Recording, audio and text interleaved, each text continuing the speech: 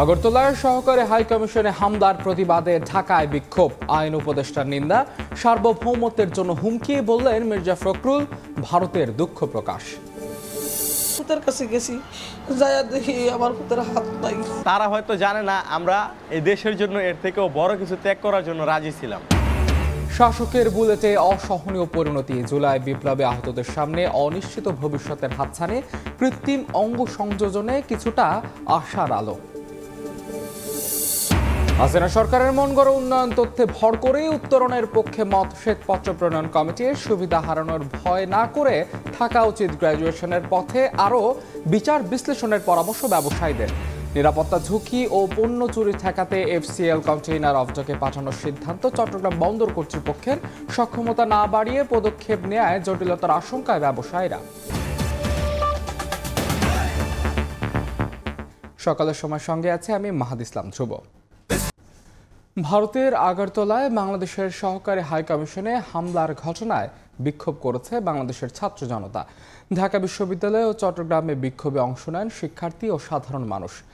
এমন হামলার মাধ্যমে ভারত ভিয়েনা কনভেনশন ভঙ্গ করেছে বলে অভিযোগ করেছে ছাত্র অধিকার পরিষদ। এদিকে জাতীয় নাগরিক কমিটির আহ্বায়ক নাসির উদ্দিন পাটোয়ারি ভারতের রাজনীতিবিদদের উস্কানিমূলক আচরণ থেকে বিরত থাকার আহ্বান জানিয়েছেন। সোমবার দুপুরে আগরতলায় বাংলাদেশের সহকারী হাইকমিশনে হামলার খবরের পরপরই বিক্ষোভে ফেটে পড়ে বাংলাদেশের ছাত্র জনতা। সন্ধ্যায় ঢাকা বিশ্ববিদ্যালয় মধুর ক্যান্টিনে বিক্ষোভ সমাবেশ করে ছাত্র অধিকার পরিষদ। পরে বিক্ষোভ মিছিল নিয়ে আসেন রাজু ভাস্কর্যের সামনে। এই যে ভিয়েনা কনভেনশন তারা ভঙ্গ করেছে, ভারত সরকারকে বাংলাদেশের মানুষের কাছে ক্ষমা চাইতে হবে। বাংলাদেশের মধ্য দিয়ে ট্রানজিট নিয়েছে, বাংলাদেশের বন্দর দিয়েছে, বাংলাদেশের যে সীমান্তগুলো ছিল সেখানে তার বিনিময়ে শুধু লাশ আর লাশ দিয়েছে। দূতাবাসে হামলা হলে এরপর রাজু ভাস্কর্য পাদদেশে এ ঘটনায় ক্ষোভ জানান গণ অভ্যুত্থানে আহত শিক্ষার্থী ও ছাত্র জনতা। এ সময় ভারতীয় পণ্য বর্জনের হুঁশিয়ারিও দেন তারা। নতুন বাংলাদেশে দিল্লি না ঢাকা স্লোগানের বিপরীতে ঢাকা ঢাকা বলার জন্য যদি একটা মানুষও বেঁচে থাকে, এই একটা মানুষের মৃত্যু পর্যন্ত বাংলাদেশের দিল্লির আধিপত্য বিস্তার করতে দেওয়া হবে না। এর পরপরই রাজু ভাস্কর্যে জড়ো হতে থাকেন সাধারণ ছাত্র জনতা। স্লোগানে স্লোগানে বিক্ষোভ প্রদর্শনের পর মিছিল করেন তারা। প্রদক্ষিণ করেন ঢাকা বিশ্ববিদ্যালয়ের বিভিন্ন এলাকা। হামলার ঘটনার তীব্র নিন্দা জানিয়েছেন জাতীয় নাগরিক কমিটির আহ্বায়ক নাসির উদ্দিন পাটোয়ারি। সন্ধ্যায় সাধারণ সভা পরবর্তী সংবাদ সম্মেলনে বাংলাদেশের আভ্যন্তরীণ বিষয়ে মমতা বন্দ্যোপাধ্যায়, শুভেন্দু অধিকারী সহ ভারতের রাজনীতিবিদদের উস্কানিমূলক আচরণ থেকে বিরত থাকার আহ্বান জানান তিনি। ইন্টারন্যাশনাল ডিপ্লোম্যাটিক জোন অনুযায়ী সেগুলো আমাদের রাষ্ট্রের স্বীকৃতি অংশ। সেই জায়গাতে হামলা নিপীড়ন চালানো আমরা মনে করি বাংলাদেশের সার্বভৌমত্ব যে জনগণ এবং রাষ্ট্র রয়েছে তার উপরে সরাসরি আঘাত। এদিকে সন্ধ্যায় চট্টগ্রামের ১৬ রেল স্টেশন থেকে মিছিল বের করে বৈষম্য বিরোধী ছাত্র আন্দোলন। এ সময় ভারত বিরোধী নানা স্লোগান দেন অংশগ্রহণকারীরা। মিছিল থেকে দেশবাসীকে ঐক্যবদ্ধ হওয়ার আহ্বান জানান তারা। ভারতীয় কোন রকম ষড়যন্ত্র এই বাংলায় চলবে না। আপনাদের সকল দাদাগিরি রুখে দিতে বাংলাদেশ সবসময় প্রস্তুত আছে। এ সময় বাংলাদেশ নিয়ে ভারতকে না খেলার হুঁশিয়ারি দেন বক্তারা। আতাউর কাউসার, সময় সংবাদ, ঢাকা। এদিকে আগরতলায় বাংলাদেশের সহকারী হাইকমিশনে হামলার প্রতিবাদে বিক্ষোভ করেছে ঢাকা বিশ্ববিদ্যালয়ের হিন্দু শিক্ষার্থীরা। সোমবার রাতে ঢাকা বিশ্ববিদ্যালয়ের জগন্নাথ হল থেকে মিছিল নিয়ে রাজু ভাস্কর্যের পাদদেশে যান তারা। এ সময় বিক্ষুব্ধ শিক্ষার্থীরা জানান, দুই দেশের মধ্যকার বন্ধুত্বপূর্ণ সম্পর্কের ফাটল ধরাচ্ছে ভারতীয় মিডিয়াগুলো। বাংলাদেশ নিয়ে তাদের ধারাবাহিক মিথ্যাচার, হাইকমিশন কার্যালয়ে ভাঙচুরের ঘটনা উস্কে দিয়েছে বলেও দাবি করেন তারা। ধর্মীয় দিক দিয়ে আমি একজন হিন্দু, ভারতীয় মিডিয়া একটা গুজবের কারখানা। আমি বাংলাদেশ হিসেবে ওটার তীব্র নিন্দা ও প্রতিবাদ জানাই। হিন্দু, বৌদ্ধ, খ্রিস্টান যে আমরা যে একতাবদ্ধ আছি, একতাবদ্ধতা তারা নষ্ট করার চেষ্টা করতে। আমরা বাংলার জনগণ এই তাদের ফাঁদে আমরা পা দিব না। ভারতের আগরতলায় বাংলাদেশের সহকারী হাইকমিশন ভাঙচুরের ঘটনায় ক্ষোভ ও নিন্দা প্রকাশ করেছেন আইন উপদেষ্টা ডক্টর আসিফ নজরুল। মধ্যরাতে সামাজিক যোগাযোগ মাধ্যমে স্ট্যাটাস দিয়ে তিনি বলেন, ভারতকে বুঝতে হবে এটা শেখ হাসিনার বাংলাদেশ নয়, এই বাংলাদেশ স্বাধীন, সার্বভৌম ও আত্মমর্যাদাশীল। এই বাংলাদেশ নির্ভীক একটি তরুণ সম্প্রদায়। এ সময় তিনি আরও লিখেন, আন্তর্জাতিক আইন অনুসারে ভারতের মাটিতে বাংলাদেশের সহকারী হাই কমিশনকে পূর্ণ নিরাপত্তা দেওয়ার দায়িত্ব ভারতীয় সরকারের। তারা এটি করতে ব্যর্থ হয়েছে। এই ব্যর্থতার জন্য তিনি ভারত সরকারের প্রতি ক্ষোভ জানান। পশ্চিমবঙ্গের মুখ্যমন্ত্রী মমতা বন্দ্যোপাধ্যায়ের বক্তব্য বাংলাদেশের সার্বভৌমত্বের জন্য হুমকি বলে মন্তব্য করেছেন বিএনপি মহাসচিব মির্জা ফখরুল ইসলাম আলমগীর। লন্ডন থেকে মুঠোফোনে গণমাধ্যমে দেওয়া প্রতিক্রিয়ায় অবিলম্বে মমতাকে তার বক্তব্য প্রত্যাহারের আহ্বান জানিয়েছেন তিনি। বাংলাদেশে সাম্প্রদায়িক সম্প্রীতি ক্ষুণ্ণ হওয়ার, বিপন্ন হওয়ার যে অলীক কাহিনী ভারতের মিডিয়াগুলোতে প্রকাশিত হচ্ছে তা কোনো মতেই গ্রহণযোগ্য নয়। বাংলাদেশে এই ধরনের কোনো পরিস্থিতি নেই। অথচ ভারতবর্ষের পত্রিকা এবং মিডিয়া এবং তাদের নেতৃবর্গ যেভাবে এই সম্পূর্ণ একটা মিথ্যাকে তারা প্রচার করছেন এবং বাংলাদেশের স্বাধীনতা সার্বভৌমত্বের প্রতি হুমকি দিচ্ছেন, এটা কোনো মতেই বাংলাদেশের মানুষ গ্রহণ করবে না। ভারতের ত্রিপুরায় আগরতলায় বাংলাদেশের সহকারী হাই কমিশন প্রাঙ্গণে হামলার চালানোর ঘটনায় দুঃখ প্রকাশ করেছে দেশটির পররাষ্ট্র মন্ত্রণালয়। তারা বলেন, কোনো অবস্থাতে কূটনৈতিক ও কনস্যুলার স্থাপনাকে লক্ষ্যবস্তু করা উচিত নয়। একই সঙ্গে বলা হয়, নয়াদিল্লিতে বাংলাদেশ হাই কমিশন ও দেশের অন্যান্য উপ বা সহকারী হাই কমিশনারগুলোর নিরাপত্তা বাড়াচ্ছে মোদী সরকার। হাসিনা সরকারের মন গড়া তথ্য উপাত্ত দিয়ে বানানো উন্নয়ন বয়ানের সমালোচনা করলেও একই উপাত্তের উপর ভর করে স্বল্পোন্নত দেশের তালিকা থেকে বাংলাদেশের বের হওয়ার পক্ষে মত দিচ্ছে শ্বেতপত্র কমিটি। যুক্তি হিসেবে নেপালের উদাহরণ টেনে কমিটি প্রধান বলছেন, গ্র্যাজুয়েশন না করলে পতিত সরকার সমালোচনার সুযোগ পাবে। তবে তাড়াহুড়ো না করার পক্ষে মত দিচ্ছেন ব্যবসায়ীরা। এলডিসি গ্র্যাজুয়েশন তথা স্বল্পোন্নত দেশের তালিকা থেকে 2026 সালে চূড়ান্তভাবে বের হওয়ার কথা বাংলাদেশের। হাসিনা সরকারের তথ্য উপাত্তের উপর ভিত্তি করেই এই উত্তরণ ঘটবে। অবশ্য এসব তথ্যের অতিরঞ্জনের কথা বলছে স্বয়ং শ্বেতপত্র কমিটি। তারপর কমিটি মনে করে এই গ্র্যাজুয়েশন বাংলাদেশের জন্য প্রয়োজন। রোববার আগারগাঁওয়ে শ্বেতপত্র কমিটির প্রতিবেদন প্রকাশ নিয়ে আয়োজিত সংবাদ সম্মেলনে কথা বলে কমিটি প্রধান। এইটা এলডিসি গ্রুপে থাকার মতো দেশ না।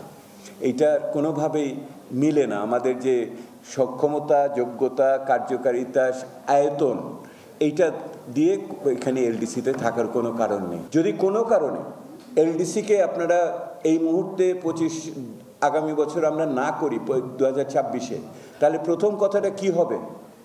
আমি সোনার সংসার রেখে গেছিলাম এলডিসি গ্র্যাজুয়েশনে, এরা 2 বছরে নষ্ট করে দিয়েছে, গ্র্যাজুয়েশন করতে পারে নাই। বাণিজ্য সুবিধা হারানোর ভয় না করে গ্র্যাজুয়েশনের পথে থাকা উচিত বলে মত দেন কমিটির আরেক সদস্য মোস্তাফিজুর রহমান। এক্সপোর্টারদের ইনসেন্টিভ একটু একটু করে কমানোর চেষ্টা করা হচ্ছিল। তারা বললেন যে না, যবে হবে তবে হবে, এখন কোনো কমানো যাবে না, অ্যাডজাস্টমেন্ট করা যাবে না। এই দৃষ্টিভঙ্গি দিয়ে কিন্তু তথাকথিত সংসদে ওনারা ছিলেন। সমস্যা কিন্তু পরে হবে, এটা একটু আমি ওয়ার্নিং দিয়ে রাখলাম। উত্তরণের আগেই মধ্য আয়ের ফাঁদে আটকে গেছে বলে জানান শ্বেতপত্র কমিটির সদস্য জাহিদ হোসেন। আগে বলতাম যে মধ্য আয়ের ফাঁদে পড়ার ঝুঁকি আছে, এখন সেটার ঝুঁকি নাই, এটা ঘটে গেছে বলে আমরা তথ্য উপাত্ত দিয়ে তাদের দেখানোর চেষ্টা করেছি।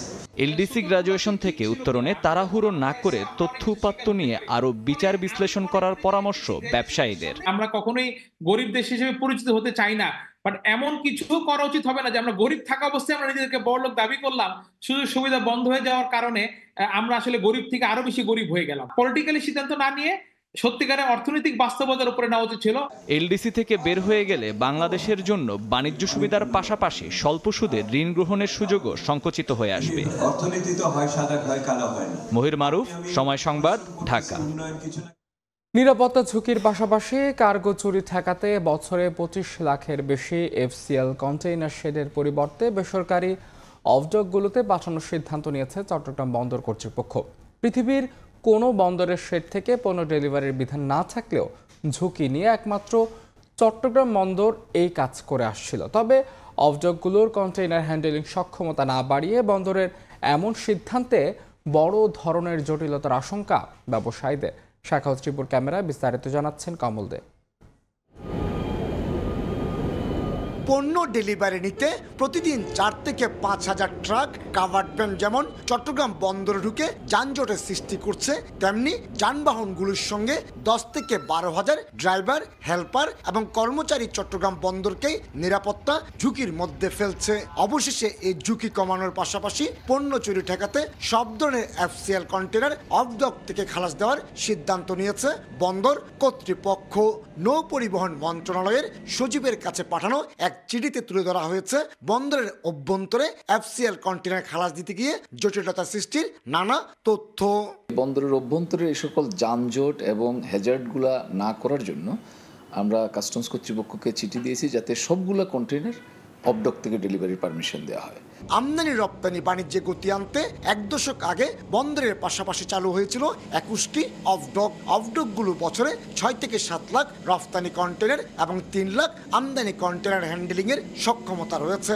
অফডক থেকে খালাস দেওয়ার সিদ্ধান্ত কার্যকর হলে অন্তত 25 লাখ কন্টেনার হ্যান্ডেলিং সক্ষমতা অর্জন করতে হবে অফডকগুলোকে। একটা উল্লেখযোগ্য ভলিউম যেটা এখন চট্টগ্রাম বন্দরের মধ্যে ডেলিভারি হচ্ছে সেটা চট্টগ্রাম বন্দরের বাইরে ডেলিভারি হবে অফডকগুলোতে।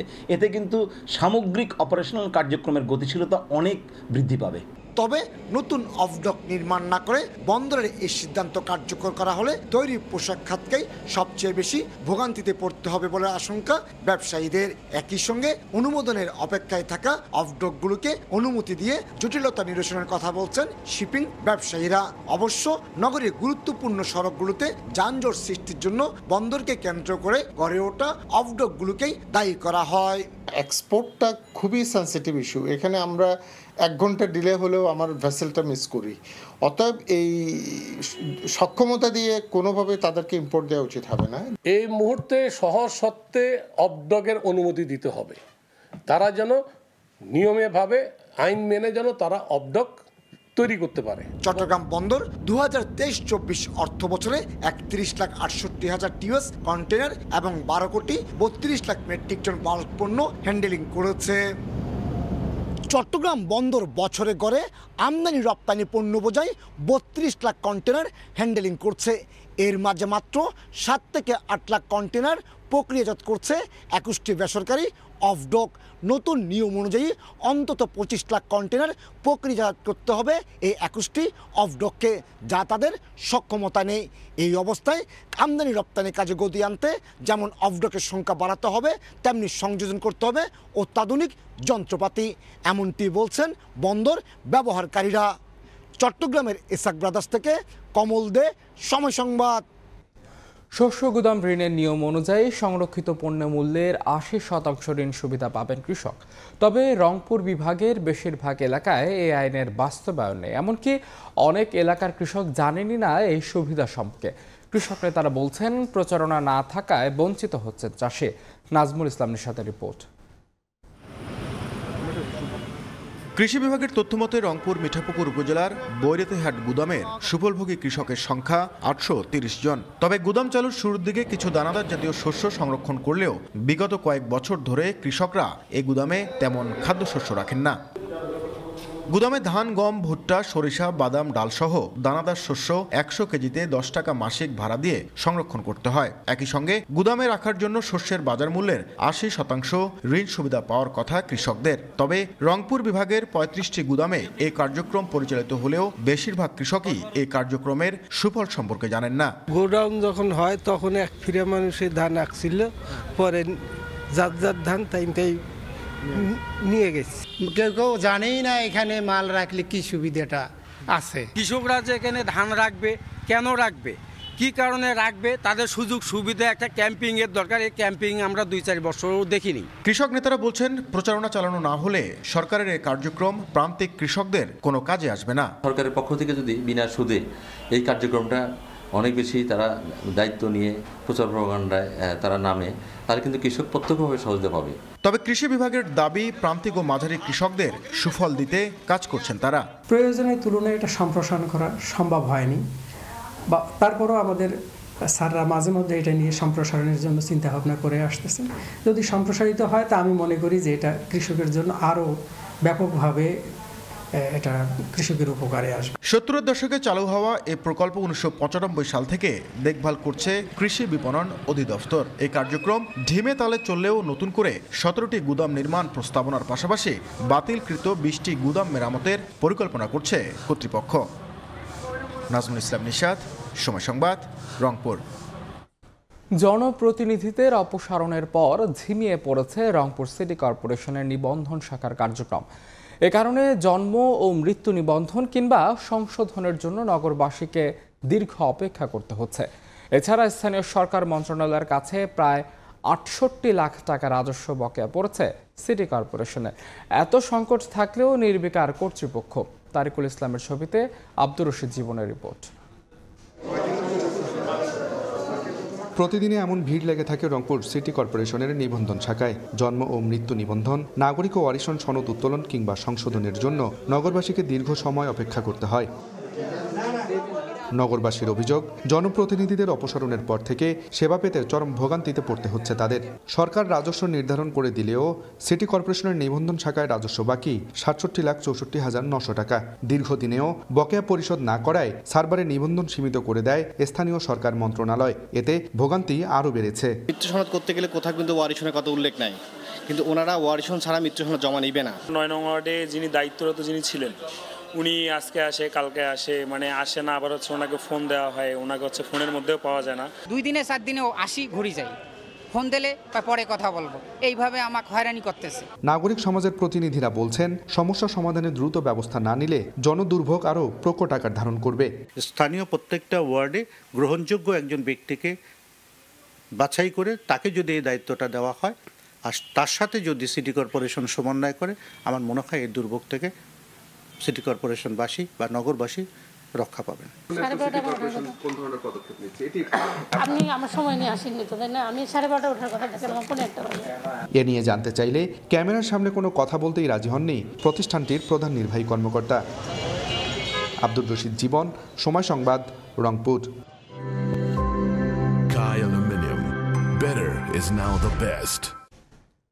প্রকল্পের মেয়াদ ফুরলেও শেষ হয়নি ওয়াশ ব্লকের নির্মাণ কাজ। নির্মাণাধীন এলাকায় তৈরি হয়েছে দুর্ঘটনার শঙ্কা। পঞ্চগড়ে এমন সংকট তৈরি হয়েছে শতাধিক সরকারি প্রাথমিক বিদ্যালয়। তবে জানুয়ারির মধ্যে কাজ শেষ করার আশ্বাস দিয়েছে জনস্বাস্থ্য প্রকৌশল অধিদপ্তর। সোহাগ হায়দারের রিপোর্ট। পঞ্চগড়ের বোদা উপজেলার ঝোলই ভীমদামাল সরকারি প্রাথমিক বিদ্যালয় শিক্ষার্থীদের জন্য সুপেয় পানি ও স্বাস্থ্যসম্মত শৌচাগার নির্মাণের জন্য ওয়াশ ব্লক তৈরি শুরু হয় 2023 সালের আগস্টে। কাজ শেষ করার কথা ছিল গেল আগস্টের মধ্যে, কিন্তু মাত্র 10% করে গা ঢাকা দেয় ঠিকাদারি প্রতিষ্ঠান। 2020 থেকে 2023 সালের মধ্যে 4টি প্রকল্পের আওতায় পঞ্চগড়ের 487টি প্রাথমিক বিদ্যালয়ে ওয়াশ ব্লক তৈরি শুরু হয়। প্রকল্পের মেয়াদ শেষ হলেও এখনও 111টি প্রতিষ্ঠানের কাজ বাকি। 1 বছর ধরে বন্ধ থাকায় নাজুক অবস্থা শিক্ষা প্রতিষ্ঠানগুলোর। খোলা সেপটিক ট্যাঙ্কে দেখা দিয়েছে দুর্ঘটনার শঙ্কা, ভেঙে পড়ছে দেয়াল ও গ্রিল। এই ওয়াশ ব্লকের কাজ অসম্পূর্ণ অবস্থায় পড়ে থাকার কারণে আমাদের স্কুলের বাউন্ডারির কাজ সম্পন্ন করা সম্ভব হচ্ছে না। এই ওয়াশ ব্লকটি গেল 2 বছর ধরে ওরা তৈরি করতেছে, সময় মতো আসে না, আর কল দিলে তারা ধরে না। গেটের সামনে বালির ঢিপি করে রাখে দিয়েছে। এটার আমি জোর দাবি করছি কর্তৃপক্ষের কাছে, যাতে এটা নতুনভাবে আবার সংস্কার করা হোক। এই কাজটি যদি দ্রুত সম্পন্ন হয় তাহলে আমরা অত্র স্কুলের শিক্ষক এবং ছাত্রছাত্রী সহ সবাই সুবিধা ভোগ করতে পারি। ঠিকাদারি প্রতিষ্ঠানের খোঁজ না মিললেও জনস্বাস্থ্য প্রকৌশল অধিদপ্তর বলছে জানুয়ারির মধ্যে কাজ শেষ করা হবে। এটা এই কারণেই বন্ধ আছে যে ওই সময়তে একসাথে প্রায় 50টা ওয়াশ ব্লকের কাজ চালু ছিল, একটা ঠিকাদারের শুরু করছিল একসাথে। তো এই একসাথে শুরু করার পরে কাজগুলো ওইভাবে তারা হ্যান্ডেল করতে পারতেছিল না। আমি আসার পরে ঠিকাদারের সাথে কথা বলে এবং তাদেরকে একটা প্ল্যান করে যে এইভাবে কাজগুলো আগালে আমরা একটা সিস্টেমে যেতে পারবো। প্রকল্পের অধীনে এ পর্যন্ত 376টি প্রতিষ্ঠানে ওয়াশ ব্লক তৈরি হয়েছে। সোহাগ হায়দার, সময় সংবাদ, পঞ্চগড়। নদী শাসন ও রক্ষণাবেক্ষণের অভাবে উত্তরের বেশিরভাগ নদী এখন পানি শূন্য। একটা সময় এসব নদীর উপর নির্ভর করে অঞ্চলের জেলেরা জীবিকা নির্বাহ করলেও এখন বছরের বেশিরভাগ সময় চরম সংকটে জীবন চলে তাদের। এ কারণে অনেকে বাধ্য হচ্ছেন পেশা পরিবর্তনে। তবে জেলেদের জীবন মান উন্নয়নে উদ্যোগ নেওয়ার আশ্বাস মৎস্য উপদেষ্টা। শাকিল মাহমুদের ছবিতে রেদওয়ান হিমেলের রিপোর্ট। তিস্তা সহ উত্তরের বেশিরভাগ নদী এখন পানি শূন্য। পানি আর মাছে পরিপূর্ণ তিস্তার বেশিরভাগ অংশ পরিণত হয়েছে বালুচরে। নদী শাসন ও রক্ষণাবেক্ষণের অভাবে উত্তরের নদ নদীগুলোর এমন দশা। রংপুরের গঙ্গাচড়া উপজেলার কচুয়া এলাকার জেলে লুৎফুর রহমান কয়েক দফায় জাল ফেলেও মেলেনি একটি মাছ। জানালেন বর্ষাকালেই কিছু মাছ পেলেও তা দিয়ে পরিবার চালানো খুব কষ্টের, অথচ কয়েক বছর আগেও নদীর মাছ বিক্রি করে অনায়াসে সংসার চালিয়েছেন তিনি। পানিও গেল, মাছও গেল। পানি যখন একটু আসবে বেশি বর্ষাকালে, দু একটা মাছ আইসি, ওই মাছ দিয়ে তো আমাদের জীবন বাঁচবে না। একটা সময় তিস্তা, ব্রহ্মপুত্র, ধরলা, দুধকুমার সহ উত্তরের নদ নদীতে 25 থেকে 27 প্রজাতির মাছ পাওয়া গেলেও এখন মেলে মাত্র 3 থেকে 4 প্রজাতির। অনেকেই পেটের দায়ে বাধ্য হয়েছেন পেশা পরিবর্তনে। এখন মনে করেন যে পানিও নেই, মাছও নেই, এখন অন্য কাজ করি, কৃষি কাজ করি। পানি নাই নদীতে, যার কারণে এখন মাছ পাওয়া যায় না। মাছ অনেকে আগতে মাঠ চালাম মারি খাসি, নিজেও খাসি, অন্য করে দিছি, এখন নাই, এখন অন্য কাজ করি। তবে সম্প্রতি রংপুর সফরে এসে জেলেদের জীবনমান উন্নয়নের উদ্যোগ নেয়ার আশ্বাস দেন মৎস্য উপদেষ্টা। আমরা এখানে যে অবৈধ জালের মাধ্যমে যে আহরণ করি ওটা বন্ধ করতে হবে। ওগুলো যদি বন্ধ করি তাহলে আমাদের মাছের সরবরাহ বাড়লে এবং আমাদের জেলেরা বা মৎস্যজীবীরা যদি তারা করতে পারেন, তারা আর কাঁদবেন না। রংপুরে তালিকাভুক্ত জেলে পরিবারের সংখ্যা 13,105টি। রেদওয়ান হিমেল, সময় সংবাদ, রংপুর। দিনাজপুরের হাকিমপুরে শুরু হয়েছে রোপা আমন ধান কাটা মাড়াই।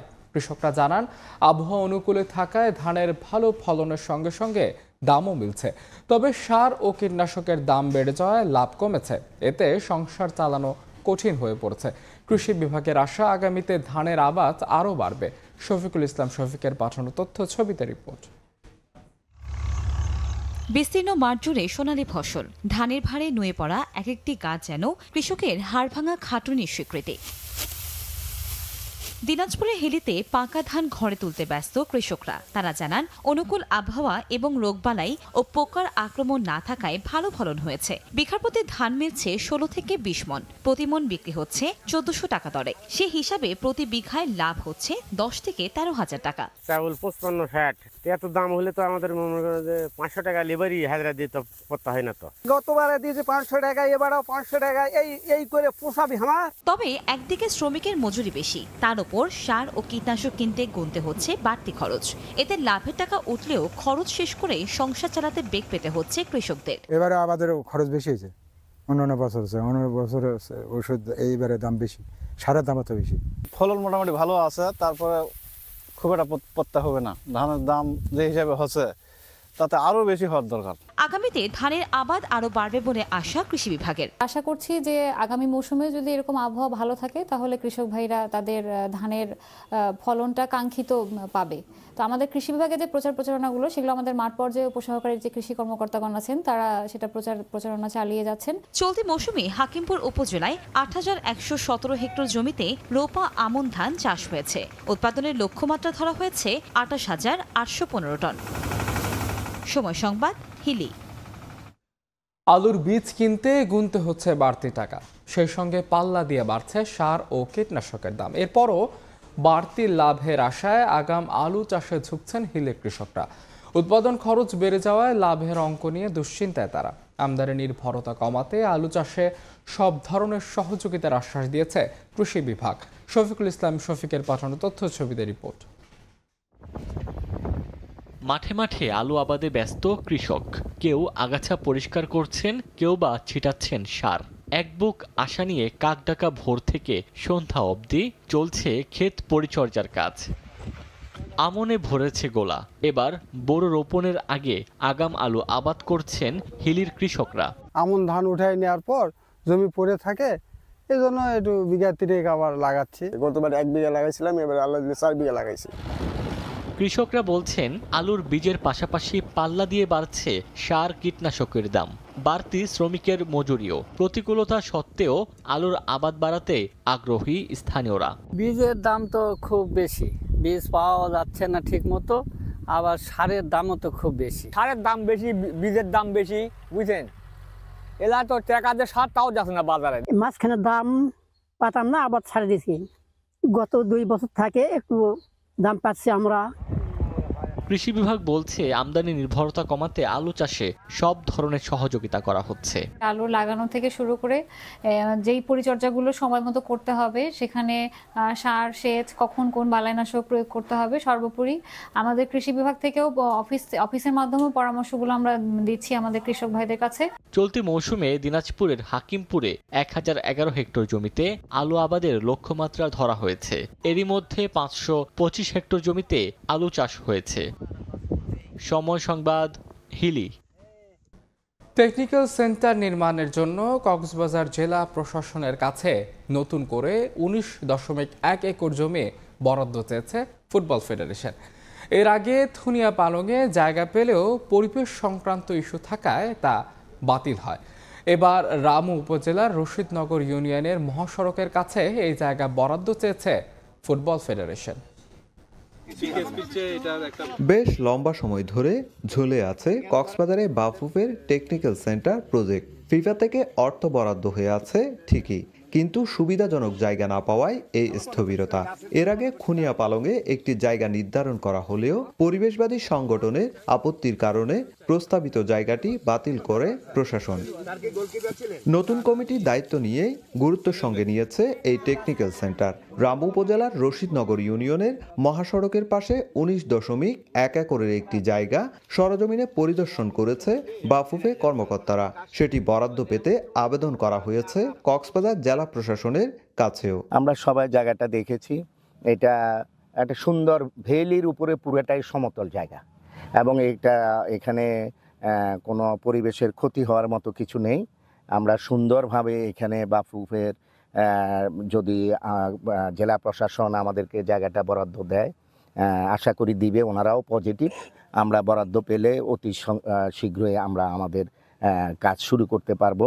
ডেভেলপমেন্ট প্রজেক্ট হলেও জীববৈচিত্র্য এবং পরিবেশ সংক্রান্ত ইস্যুর জন্য সংশ্লিষ্ট বিষয়গুলো গুরুত্বের সঙ্গে নিয়েছে প্রশাসন। সার্বিক বিষয় খতিয়ে দেখে এবার জমি বরাদ্দ দিতে চান নীতি নির্ধারকরা।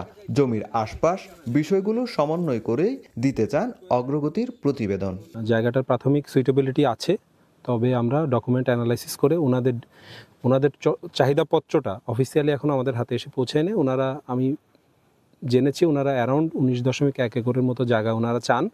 এই জায়গার ওনাদের ডিমান্ডের উপর ভিত্তি করে এবং সরেজমিনে তদন্ত করে আমরা ফাইনাল প্রতিবেদন প্রেরণ করব। তবে প্রাথমিক তদন্তে জায়গাটার যে সুইটেবিলিটির কথা বললো ওইটার সাথে আমি একমত যে এখানে হয়তো ভালো একটা ইনফ্রাস্ট্রাকচার করা যেতে পারে। কক্সবাজারের এই টেকনিক্যাল সেন্টারে পুরুষ এবং নারী দলের জন্য আলাদা দুটি ডরমেটরির পাশাপাশি থাকবে জিমনেশিয়াম, সুইমিং পুল এবং দুটি খেলার মাঠ, যার মধ্যে একটি ন্যাচারাল, অন্যটি কৃত্রিম টার্ফ। সুজাউদ্দিন রুবেল, সময় সংবাদ, কক্সবাজার। সকালের সময় শীর্ষ সংবাদগুলো জানিয়ে দিচ্ছে আরেকবার।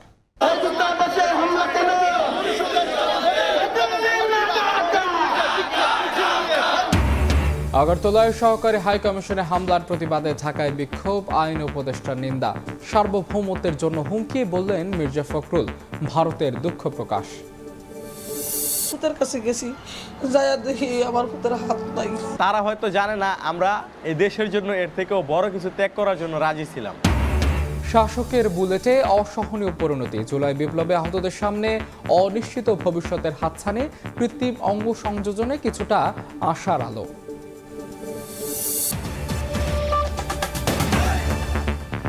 এই ছিল সকালের সময়, সঙ্গে থাকুন সময়।